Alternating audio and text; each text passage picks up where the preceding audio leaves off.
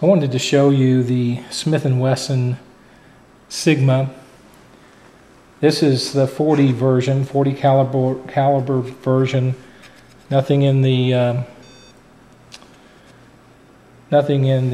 chamber here or in the mag well, and nothing in the chamber. It's been cleared out. It comes with 2 magazines. These are 14 round magazines, so you have the capability of 14 plus 1. It's a 4-inch barrel, double action only, polymer frame, and a stainless slide.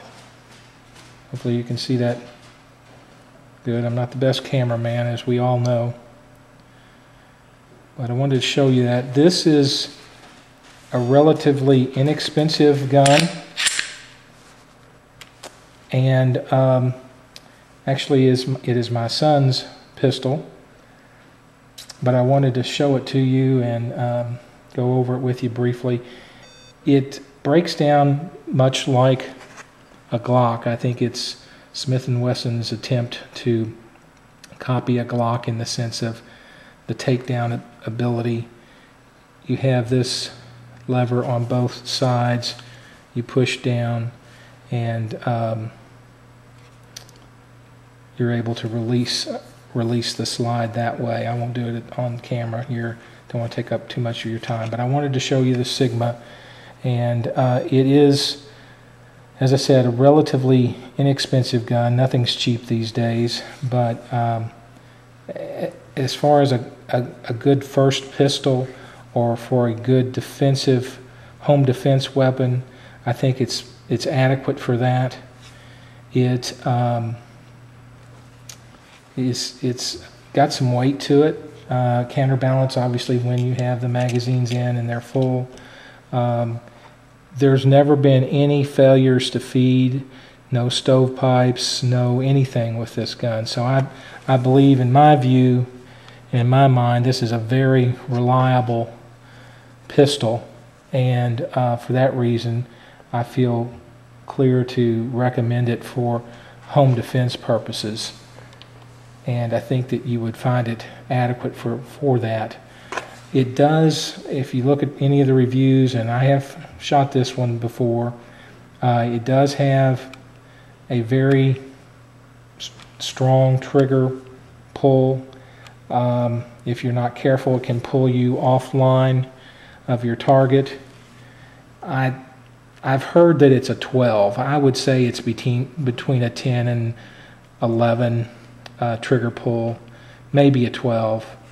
But as you can see here, if you can, it's sort of got that trigger safety, so to speak, like the Glock does.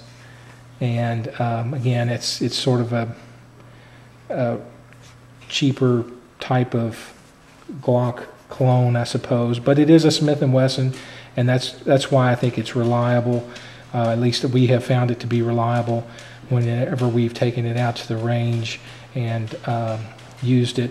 The only drawback I have is the trigger, and the trigger could be reworked if you want to. I don't think it takes much time to get used to this trigger, and I think it would be an adequate gun for, to carry. It's a 4-inch barrel, so it's in the right holster. You could carry this pistol. Ergonomically, it feels really good. It's got the serrations on the back strap, on the front, and then you've got some diamond shapes here on the sides, and it's not so strong that it hurts, but it is cut in such a way that it gives you a good solid grip on the pistol. Hopefully you guys can see this close up. So as a good first pistol, if you're looking at a good price point, I can recommend this gun because it is so reliable. At least that's what we have found so far. You do have to understand that you're not buying a higher end Smith & Wesson or a Glock, and therefore the downside to this is the actual trigger. But I think if you put a few rounds through this gun and you can get used to this trigger and enjoy it. Now it does come in 9mm. You can try the 9mm. Obviously, I found 9mm on sale now, cheaper than 40s, obviously, and definitely cheaper than 45.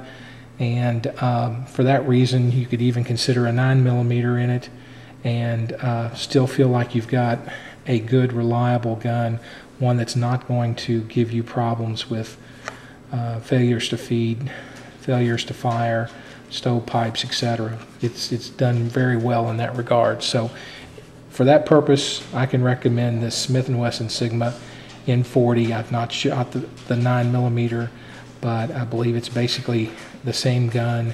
It's on the same frame, same type of frame, and so forth. So you might want to give this some thought if this is your first pistol. Thank you for watching, and remember, silence is negligence in this time. Let's vote our constitutional rights. Let's vote for the Second Amendment. Let's carry our weapons legally in your state and support the Second Amendment in that fashion.